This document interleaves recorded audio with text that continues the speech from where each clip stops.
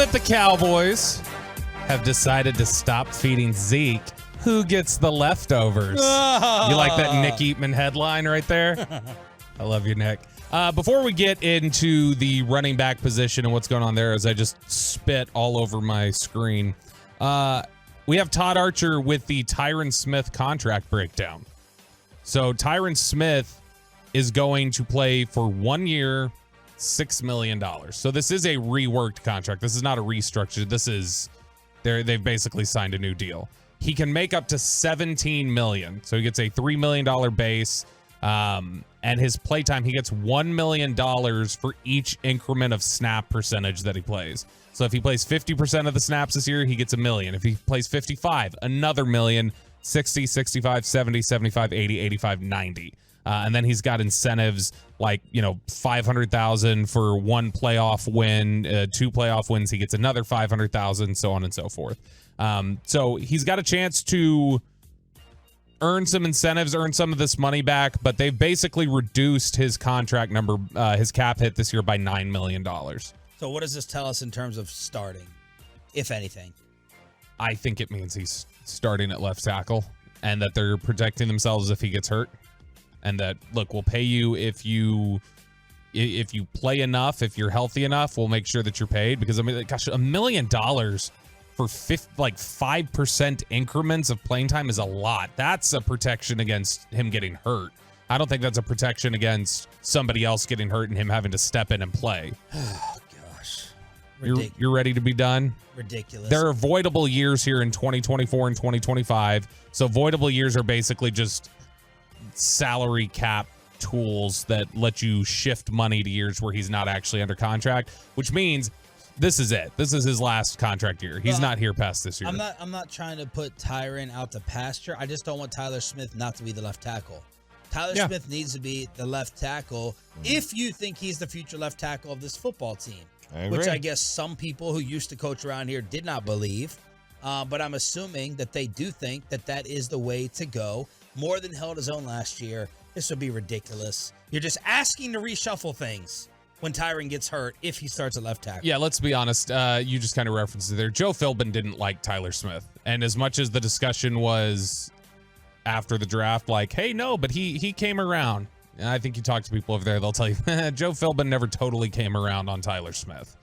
And so I think how can that be throughout the year, the way the kid played? He never came around on Connor McGovern either, really. And I mean, that's... see you, Joe. That also makes a lot of sense why he was having such a time naming a left guard before Tyron got hurt in training camp, is because he didn't like either one of them very much. He didn't think either one of them were very good. The Cowboys have freed up $10.8 million once they get to June with the post-June 1 designation for Ezekiel Elliott. Gets them an extra $6 million or so than they would have had if they just ripped off the Band-Aid and did it all now.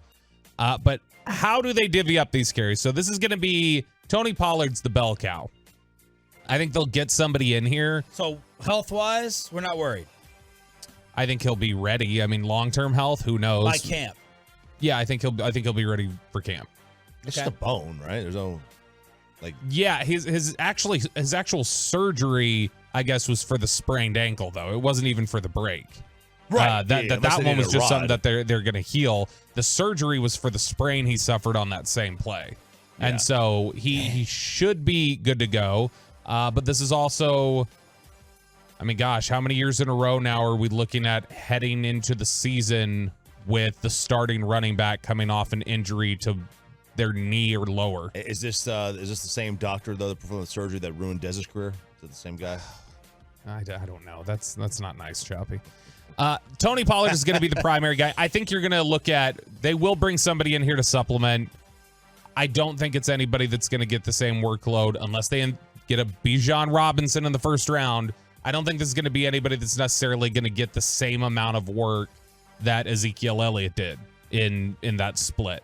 This will definitely, I think, lean more towards Pollard is the guy, and they've got some people behind him. Now, they've got Malik Davis here in the building, the rookie runner from Florida, who they like a lot. They didn't like him enough to, I don't remember him getting any time against San Francisco once Pollard got hurt. It's kind of funny. Almost like there was something else going on there. that after he got hurt, isn't it?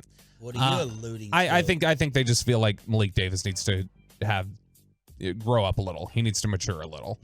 They think he can be a good player. I don't think it's, and when I say that, don't misunderstand me if you're listening out there, that I'm saying he's like on a Kelvin Joseph level of needing to grow up or anything else like that. It's more needs to learn how to become a pro, needs to learn how to handle himself like a professional rather than like Christian Wood. Sort of, yeah, honestly. And so Malik Davis is somebody they like, though. He's not incredible at any one thing. But the thing about Malik Davis is there's not really a hole in his game. He's somebody who's pretty solid across the board.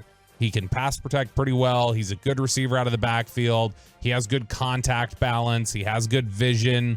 Contact balance, the idea there basically is doesn't get knocked off his platform very easy. If somebody, he kind of pinballs around, bounces off of guys. They liked Rico Dowdle for a number of years here. I think Rico Dowdle's a better player than Malik Davis. He's just always been hurt. Every year that he's been here since 2020, he's gotten hurt, has not been able to stay healthy. Malik Davis was able to remain healthy, remain available. I think that's giving him an edge right there, even though I think they think Dowdle may be a better raw football player. Let me ask you this. Fantex brought this up. You can have Zeke for $6 million. No. Or Tyron Smith starting at left tackle. Tyron at left tackle 10 times out of 10. Yeah. Because eventually Tyler will play left tackle once Tyron gets banged up. You're pausing, though. Why is that, Chop? Because, I mean, I don't want, like, either way you have it, if you have a better offensive line, Zeke's going to be better either way, regardless.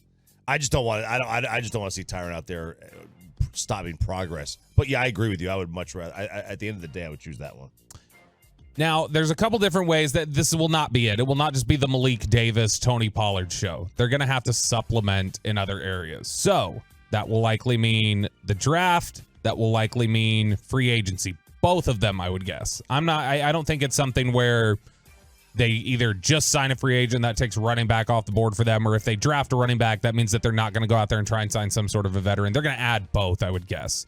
So when we look at the free agent landscape, there's two names that I think are interesting to consider. I want to bounce them off you guys. First one, Ronald Jones.